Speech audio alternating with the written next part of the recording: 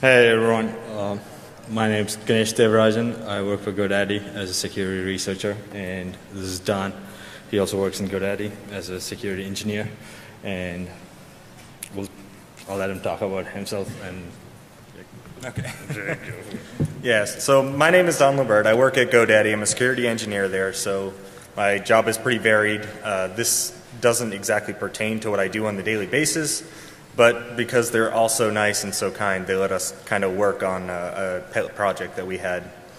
So my day-to-days are anything from setting up new systems. Prior to working at GoDaddy, I was basically worked at crappy ISPs and service providers, so I got hired on, and ever since then I've been happy to actually do research every now and again. cool. So our talk is VDLDS, which also stands for Voice Data Leakage Detection System. So the whole idea behind this was we're sitting over there in our office, and then we have a huge call center at GoDaddy. And what we were thinking about it was how cool would it be if we can just walk by the call center and start getting all the credit card numbers. And because our call center is really strict, where you can't take your phones in there, you can't talk on the phone when you're walking through it, or you can have a piece of paper or pen where you can write stuff down. So they're pretty strict that way. But what we were trying to figure out was how can I manipulate the system? How can I steal information from a phone conversation, or any other, most people, whenever you get a call from one of your customer service representative, or something that you're calling to pay your bills or whatever, you feel more confident to give out your personal information and your credit card information over there. But so we thought it'll be interesting if we can decode that voice stream and then convert it and figure out the numbers in there and pull it out for our own personal gains kind of thing. So that's how the whole thing started. First disclaimer, if you get caught doing something like this, and we are not responsible, so it's all on you. So the agenda is basically we want to go through what's the problem that we actually came across, what is it that we want to what is it that we want to cover, and what are some of the background stuff that's out there, and the different scenarios that we could think of, and there are a million other scenarios out there, and the different deployment architecture model that we have for our tool, and a demo and future work. We'll probably do the future work before the demo. So the problem. So, as we know, when you're on your phone, more people tend to let things slip, and they do that for multiple different reasons. Even when you're in an enterprise or just on your cell phone, you tend to say things thinking, oh well, it's either encrypted by the cell phone provider, or maybe it's encrypted, by my enterprise. They're always willing, or you or most people are willing to give out their credit card number. I mean, how many people have sat there, even at work, on your Cisco phone and said, okay, I'm going to call the pool guy because stuff just blew up, and I totally need to have him get out there today. I'm going to give him the credit card number over the phone so he's at my house by the time I'm home. Well, yeah, that's great, but it's not as safe as you think it is. So you give out your credit card number. Sometimes you're trying to set up a new maybe you're applying for school, so you got to drop your social security number. Well, they're not going to wait for you to walk over to their station or send it through the internets. You're going to give it over the phone. So a lot of the times people also try to use that phone system, which they don't think they are going to get caught on, and they'll try to slip out insider information. They'll try to talk about your company's acquisitions before it hits the streets at all. The problem with that is obviously, as an enterprise, we're always trying to figure out, how can we protect our data to the point when we're ready to release it? Because the rumor mills really cause a lot of damage. And if you can control that, or at least know where it's coming out from, then you're going to be a lot better off. A lot of the times in enterprises, you have hundreds of people that are on the phone all the time. And there are systems in place that do monitor these phone calls. But just because you can monitor them and archive them and maybe have that audio for later, doesn't mean you're going to be able to sit there and go through 100 phone calls an hour and you're going to be able to sit down and listen to every 20-minute phone call or hour-long phone call, there's just not enough manpower. So some of the background again, like, so who does this kind of thing? Like, government is already doing it. Like, whenever you want to, like, have a tap warrant on someone's phone, you can go through the service provider and kind of like tap all your calls. And how efficient is it if you know, like, the person talks on the phone for like 20 hours a day or something, and then you don't want to sit through there and like listen to every single conversation, but like if you can figure out like these are the keywords that you want, then like you can already trigger that up and do that kind of thing. And so one thing that we thought was like things like jihad and terrorists and all those kind of things, like the government's already tracking those kind of calls, and then like they do all the voice matching recognition and all those kind of things.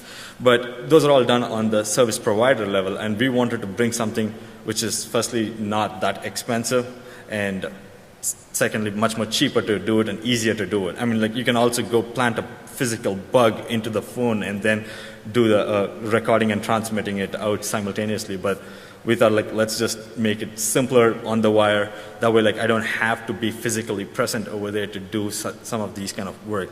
And there are commercial software which are out there which does this recording for you, but then the ones that we actually looked into like didn't have that expertise of detecting stuff on the fly which would like trigger further investigation kind of thing. Like we, at least as a provider, like we have a huge call center, and then like over there we get tons of calls. Like I can't have somebody go sit and like listen to every single call. So if I could like trigger like some kind of an angry customer or somebody who's just abusive, or like they're like asking phishing for like credit card numbers or things like that kind of thing, like I can trigger that one and log that and figure out who's doing what kind of thing. So what is DLP? DLP is data loss prevention, and it's something that every enterprise deals with every day. And most of the time, DLP is targeted at things leaving their network, but it's also targeted at data at rest. Well, the two things that you're dealing with there are either on a server or they're on a client workstation. So their digital documents, their text pad, their emails, they're not voice. They're not audio, they're not video. And a lot of the times you run into the issue or that situation where the data becomes encrypted and it comes out of your network anyway because you don't necessarily have everybody's private key. You know, anybody can start and get GNU-PG and encrypt a document and send it out using somebody's public key. It's a problem. But we can at least try to limit kind of the attacks, or at least the vectors of getting this information out, which is why that voice is a great thing to start with. So a lot of the scenarios, obviously, that we're trying to deal with cover a broad spectrum. One of the things that we want to attempt to do with this technology is deal with social engineering. We want to be able to detect that same kind of talk pattern that social engineers use. When you're in a call center, you can have one person, you know, make 40, 50 calls, and it's going to say the same thing every time until somebody either does what they want or gets them the information that they're really going after. And it doesn't matter. I mean, it can be one person, it can be three. You're going to see it. With this, you should be able to detect that type of activity because we've made it in a way that you can write a rule that's going to parse through the text output in the manner that you need. So if something new is out there that you need to pull out in a different manner, that's possible. Another scenario is obviously your insider trading and leaks. Everybody has that issue. I mean, we can attest to the fact that when people invested into GoDaddy recently, that it's very short after that information comes out internally that it's all over Twitter. And then shortly after Twitter, it's out on the internet, and then there's like a blog document less than an hour later. So is it, you know, people doing that on their cell phones? In our case, probably not so much. I mean, we require that they don't use cell phones in the call centers or on the floor. So no. Is it possible that they're calling out over our phone systems? Absolutely. And that's also the best way to get the most information out fast. It's calls to bookies. We want to deal with our call centers most importantly. We want to stop or at least know when people are giving out our vendor account information. Obviously, who you have infrastructurally is just as important as who you're going to use or where it's going to go in the future, so who maybe you're going to be buying their products of.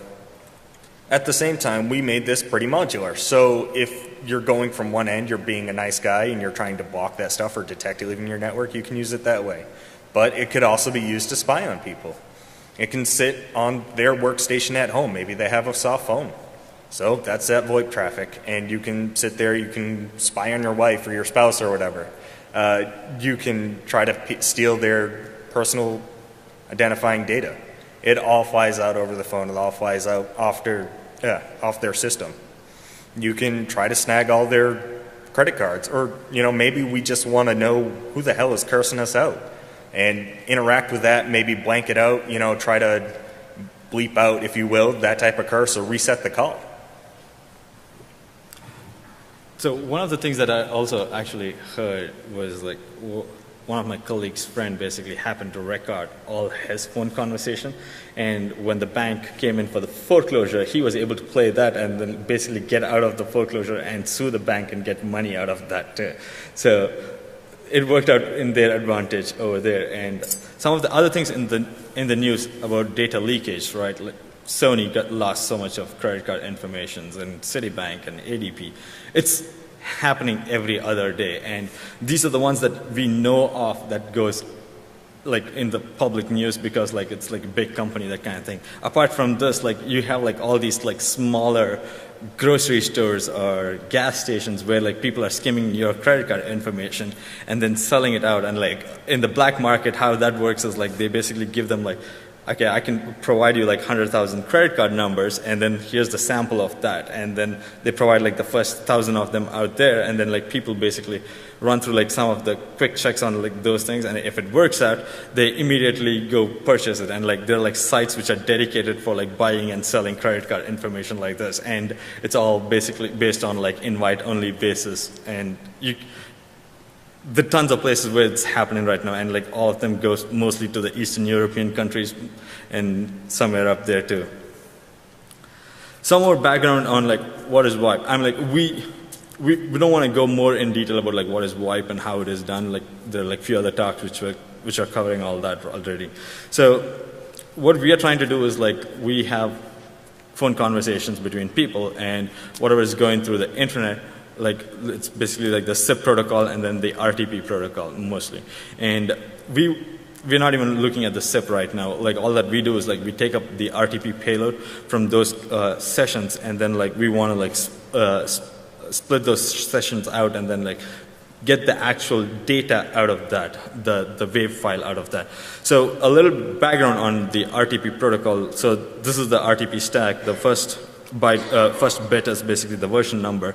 Then we have the padding information, which basically says that are there padding bytes to follow at the end of the packet. Then we have the X, which is basically the extension header. Like this is the actual RTP stack, but then like you can have like extension header following this stack, which is optional. Then we have the CC, which is basically the contributing source counter, and says how many CSRC records are following in this one. And we have M, which is marker. Marker is more specific for like custom applications which are using RTP for their own data transfer. So like those applications can have a unique marker identification over there to parse the data differently. Then the payload type. Payload type is much more important for us in this particular project because like that says like how the payload is encoded. Is it just like plain raw, or is it like G711 mu encoded or ALAW encoded? And mu-law encoding is what is used in the North America mostly, and ALAW is what is used in the European side in the WIPE data transfer. So then we have like the timestamp and a sequence number, and the sequence number is again to just make sure it's all in flow in the same direction, like counting basically. And the timestamp kind of helps out a little bit more. So like when you are having a conversation, say for 10 minutes, and then like it happens there's like a lot of lag. If the packets reach you a little slower, there's a lag in your conversation. So with the timestamp in there, like we can actually compress the actual audio file, which could be like a 10-minute audio conversation like that you have on the phone call, could be compressed to like 8 minutes or 4 minutes or whatever, and we can even use that to like help out a little bit with like all the silence packets and like pull those things out, and the regular other synchron. So the basic architecture that we have is like pretty simple. Like we have two people talking on the phone, sniffer, capture all the packets, and if you're having like a conference call, or if you're having like multiple, like if this thing is, if the VDLDS is deployed on a central position where we can monitor all the conversations going on in the organization, then like we need to split it all out into different sessions. So what I started doing out was like started using dpacket. It's a Python library, dpkt. Yeah. Yeah, whatever. It's there in the reference. So dpacket module, what I did was like split the packets, like first took the packet, took out the IP headers out, took out the Ethernet headers out, everything, all the UDP headers out, and then went into the RTP header, parsed that one, and then pulled the data out, and based on whatever the encoding type was that I showed in the previous one, like apply the encoding and on the entire file based on the sequence number, and then start doing.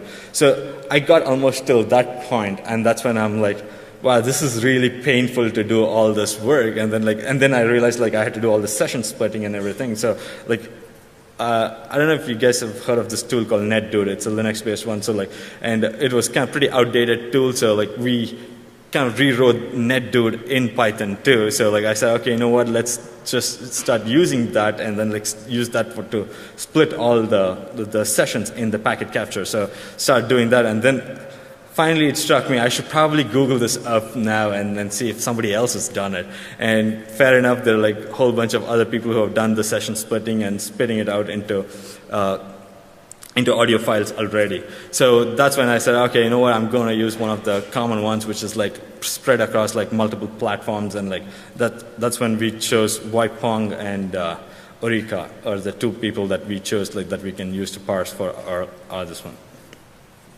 Going further into this one, like after the session breaker, we have the audio. Currently, the way we deployed, at least for the proof of concept, was like my laptop was sniffing the traffic from my desk phone, and then like whatever the conversation was happening was getting spit into the local machine, and we basically were like doing like I had script which should like on a regular interval go through that, find where if there are new files over there, if there are new files, then like shove it into like our web server wherever is the master. If the master could be running locally or on a remote server, so we can transfer all the files over there and then do the further processing over there. And then like the master basically does the audio to the text conversion, and then like we have our own engines to detect the keywords and all the regular expressions to detect all the credit card numbers and stuff like that, and then dump it into like the display portal.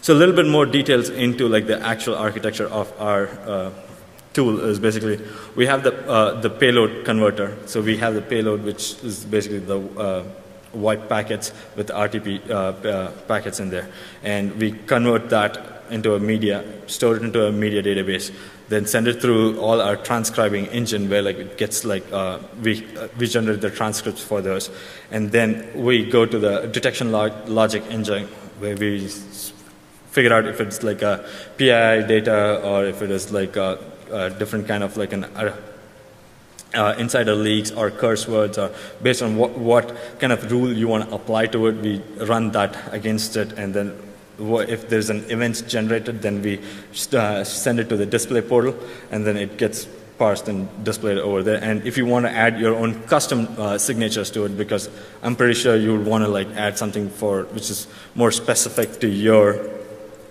organization, and then those kind of things can be also done very easily.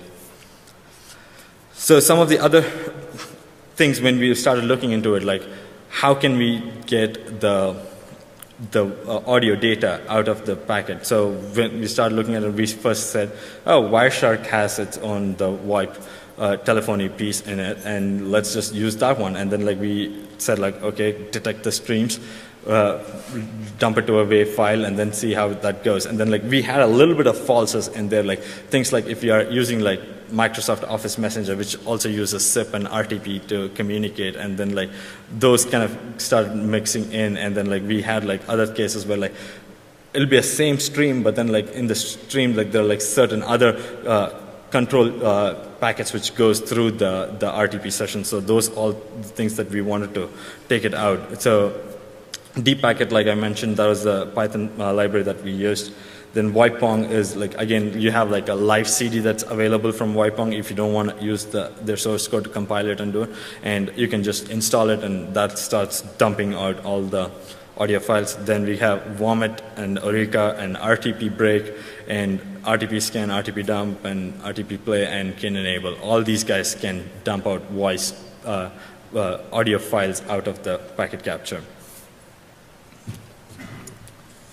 So obviously a good portion of this is actually getting the audio to some type of form that we can parse through and pull that data from. There were a couple different architectures that we looked at, and a lot of work had gone into one or the other. Obviously looked at the ones that are very specific to the platforms in general. So Microsoft's Speech, OS X obviously has their own speak recognizer class built in. Really wanted to stay away from that. Anything that isn't that mobile really isn't that good. Obviously, there are a lot of companies out there that just don't use Windows or OS X, and you'd have to develop it completely separate from the others. Also, you know, there are larger companies out there now that use Linux as their main desktop, so you really need to target, you know, at least all three, if not more, of those particular platforms. The one in particular that I kind of went for was Sphinx. So there are multiple versions of Sphinx out there, each for different reasons. There's Sphinx 3, which is a completely C-compiled module that you can use to filter audio down to text. There's Sphinx 4, which is Java, which you can do the exact same thing, and it was built to replace Sphinx 3. I really started putting a lot of time into Sphinx 4. As a matter of fact, the demo was probably completed once using nothing but Java, or Jython, because that was the fastest way to actually interact with their system, and it worked very well. The problem that we ran into is, as we looked into this, you know, Java's really heavy.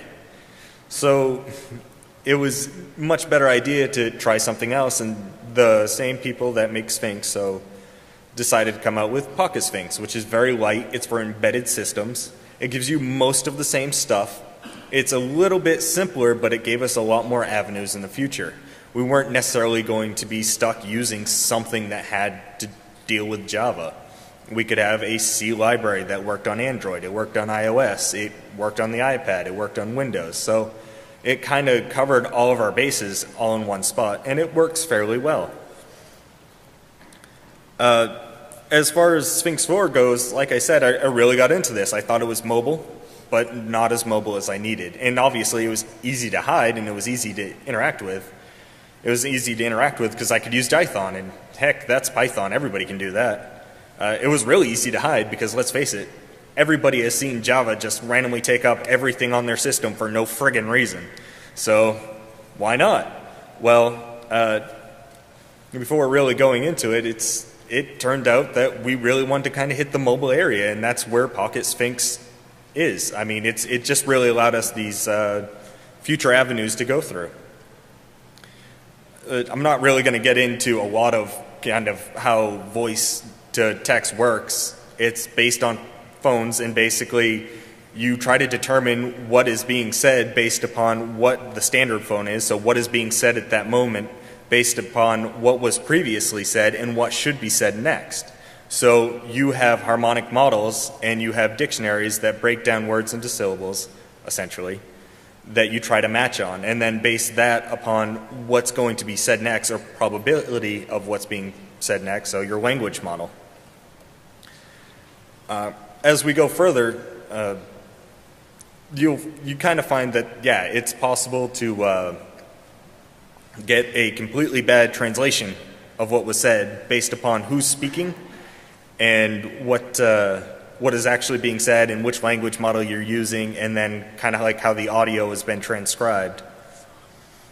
So the architecture that we use for the actually detection of the what is output, because as we put these WAV files in there, It's got to be of a specific format to get the most likelihood that it's going to transcribe what you want. So to kind of combat the issues that come with something transcribing poorly, we had to make the detection engine really customizable. So it's script-based. You can program something in Python, and it's in that text file. Well, you can do anything you can do in Python. Just make sure that you know what you're doing and you'll be able to pull anything out. It takes a little bit more skill, but it's going to be custom and you're going to be able to format it accordingly. It's also rule-based because it's script-based. It's easy enough to have a script there that all it does is pull a bunch of rules from a file that's regular expressions that you can match on and then just defaultly kind of push it out there. So, you know, Joe Sixpack can take care of it. Nobody really has to be too bad of a regex ninja. It does have lower customization, but that's what you sacrifice.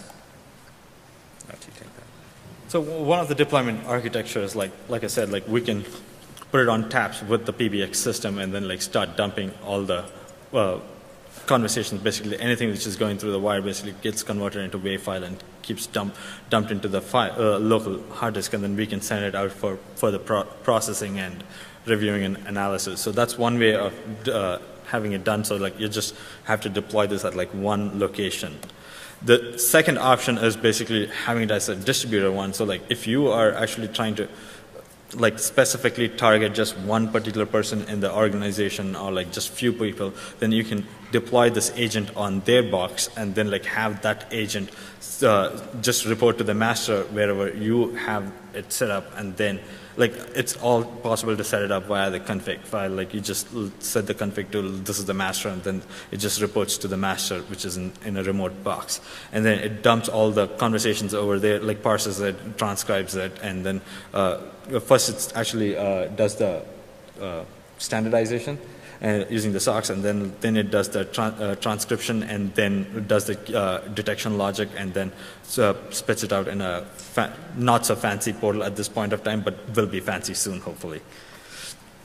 And the other option is like you actually hacked into one of the boxes, or you have a node that you have compromised over there, then you want to transfer this whole agent over there and then have it report back to you. And that was one of the reasons, like he said, like we wanted to keep it very lightweight and smaller so that like we don't have to deal with heavy transfer of file both the ways, up and down. So like we can even have the master run on their machine, and it's very low CPU intensive, and you run it over there, get the output, and then send the parsed output to you, kind of thing. So before we go into the demo, some of the future work that we have decided was like thinking about is like to disguise this whole thing as an app, maybe as a weather app or something, which says like it needs internet access and needs like the speech recognition software to put in the zip code or something, that kind of thing, and basically listen into every single phone conversations that you have on your cell phone and be able to transfer like just the key things that we need from that one to our servers. So then the real-time obfuscators. So the other thing that we were thinking about was like right now it's like all like the audio file is being generated, dumped into the local disk, and then we do all the parsing.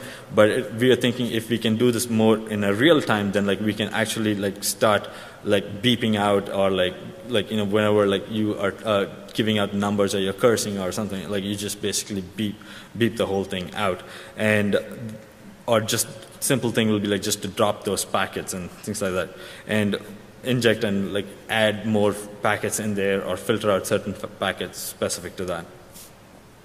Some of our references, and yeah, you want to go? We'll do the demo of the other stuff first.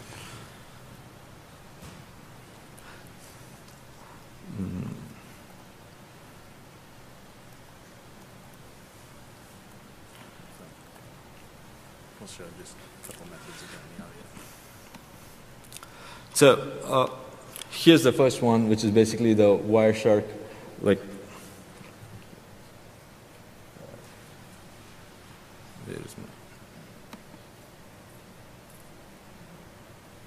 so this is all our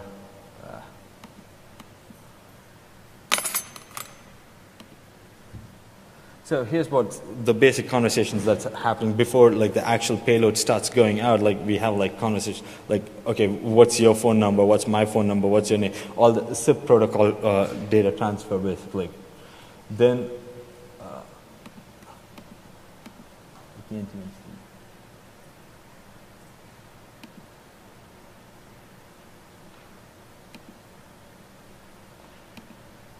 so these are all the actual RT packets which are going between me and him when we are having this proof of concept call. And so what you can do is like the Wireshark does have this feature.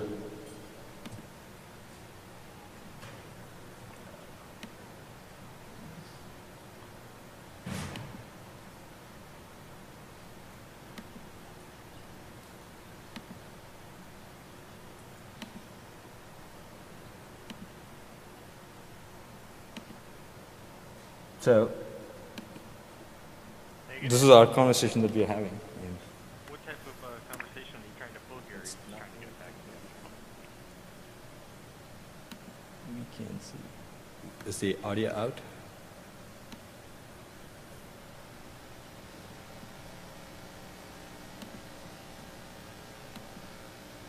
Hey, Ganesh. What type of conversation are you trying to pull here? Or are you just trying to get a packet capture?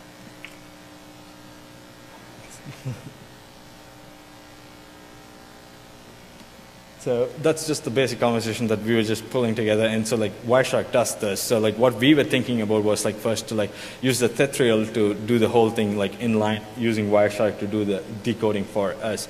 But like you see like over there, like we have like 3 conversations like listed over there as voice calls, but it's just the center one which actually works. The other 2 are just like falses over there. And the other tool that we actually looked into was Endernix.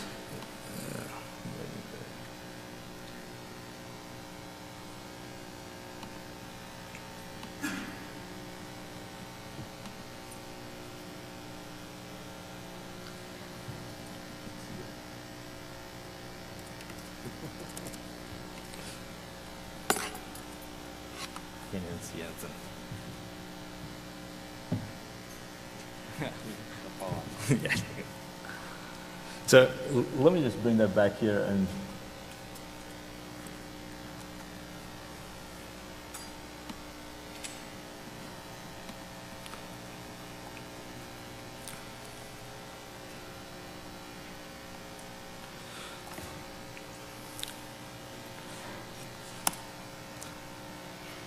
so basically what I'm doing right now is like sending a few packets through like replaying a packet capture and then looking at all the different voice conversations that's taken place.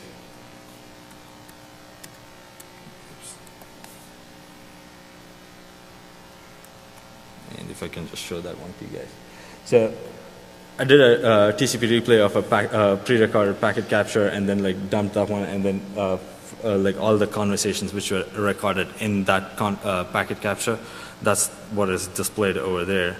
And finally, do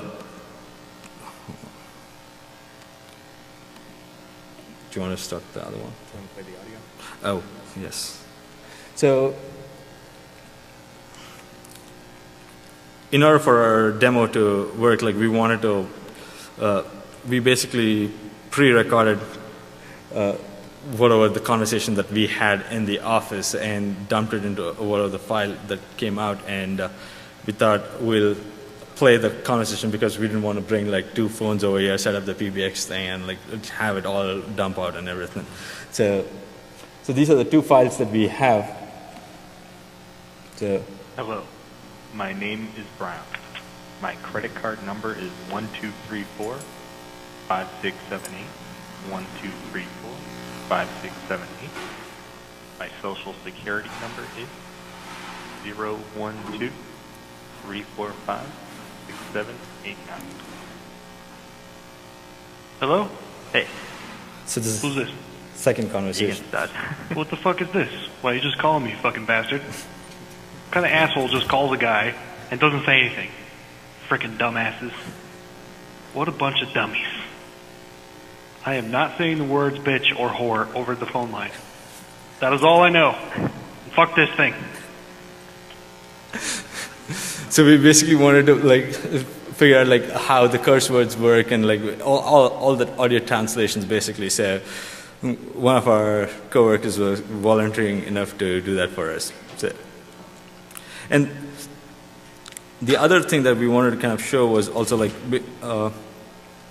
so part of the agent basically, like we have to do the standardization of the audio file and everything. So when Eureka gets installed, it basically gets by default installation with the GSM format. So we have to convert that to PCM. So we do that, and so this is how all our output logs basically look like. And I can't see much, so I'm going to just scroll it across and show you guys whatever.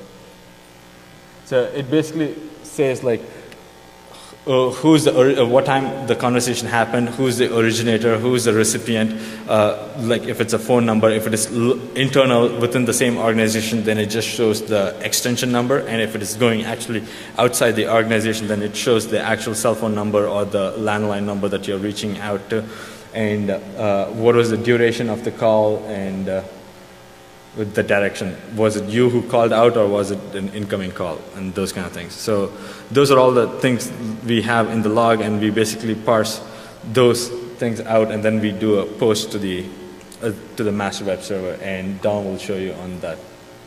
So you want to change that?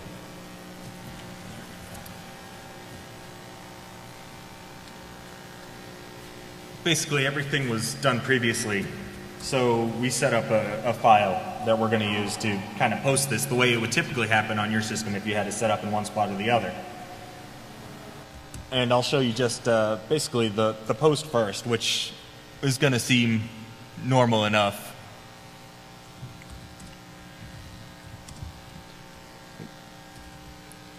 And of course, yeah, it would fall off the screen, but it'll scroll, I promise.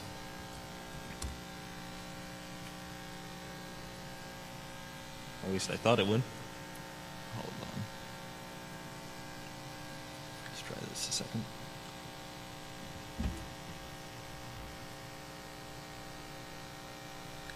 Shrink this up a bit. Boom.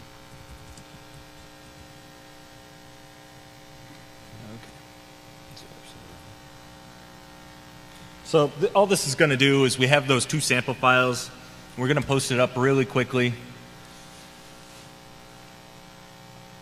And you'll see that's the first one going up, hopefully. And that's the second file being uploaded. And while that's being uploaded, the system on the other end is actually transcribing the data. It's running one of our rule sets that we've set up to get everything through there. And let me show you the end result.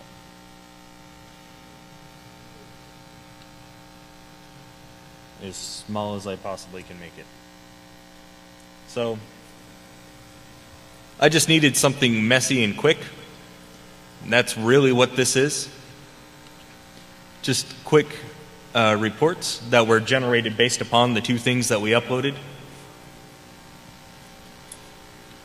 So you'll see that this is the ongoing call, the local IP, the remote IP, which have obviously been kept in a packed format for the, and then you'll see that what the number was, which are the actual extensions that were used. And then as you look down, you'll see the alert. So it pulled out the credit card number is 123456778, social security number, and then down here you have the transcription. So that is exactly what we said. That's enough for me to walk off with your credit card number and your social security number if I have it running on your system. The other one didn't work so well due to such things as language models, and the actual language model that we're using isn't so good at dealing with profanity, because typically when you're cursing, you're going to have spaces around the words. Well, the way that our actual audio came out didn't. So as you can see, it detected absolutely nothing. And obviously, there's not one curse word there. So it is not perfect on everything, but it does detect normal speech patterns. One of the things for future work is obviously to train it for different types of dialects. So It works somewhat, and then in other times it fails miserably.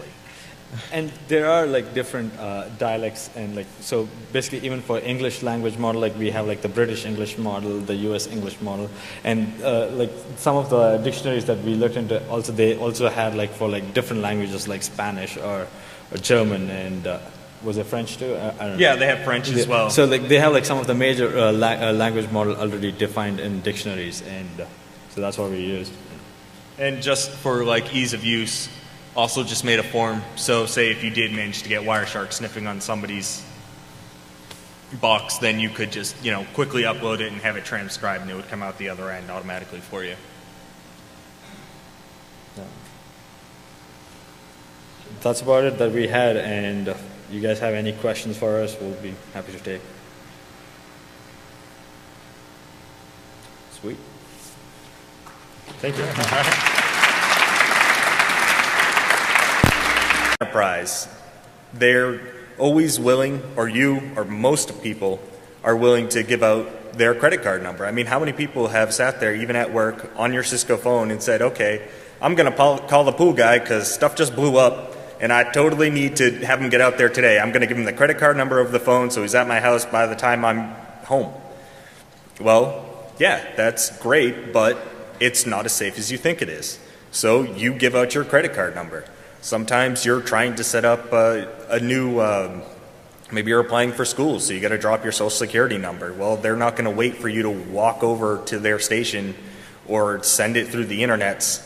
You're going to give it over the phone. So a lot of the times people also try to use that phone system. Basically, like we want to go through like what's the problem that we actually came across, like what is it that we want to what is it that we want to cover, and what are some of the background stuff that's out there, and the different scenarios that we could think of, and there are like a million other scenarios out there, and the different deployment architecture model that we have for our tool, and like a demo and future work. We'll probably do the future work before the demo.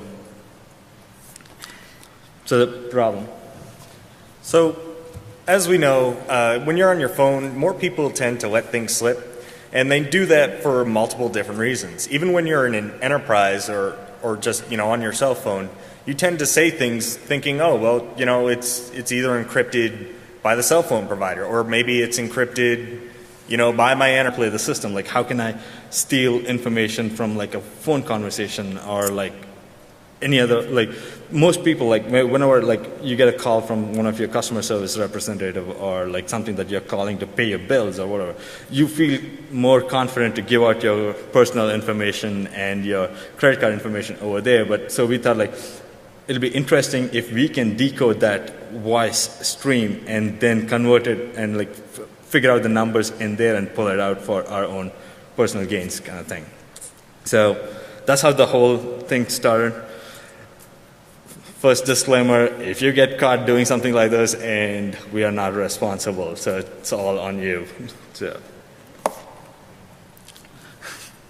So the agenda is like Hired on, and ever since then I've been happy to actually do research every now and again. Cool. So our talk is VDLDS, which also stands for Voice Data Leakage Detection System. So the whole idea behind this was like we're like sitting over there in our office, and then we have a huge call center at GoDaddy, and what we were thinking about it was like how cool would it be if we can just like walk by the call center and start getting all the credit card numbers. And because our call center is like really strict, where like you can't take your phones in there, like you can't talk on the phone when you're walking through it, or like you can have a piece of paper or pen where you can write stuff down. So like they're like pretty strict that way. But what we were trying to figure out was like, how can I manage? Hey everyone, my name's Ganesh Devarajan. I work for GoDaddy as a security researcher, and this is Don. He also works in GoDaddy as a security engineer, and I'll let him talk about himself. And okay.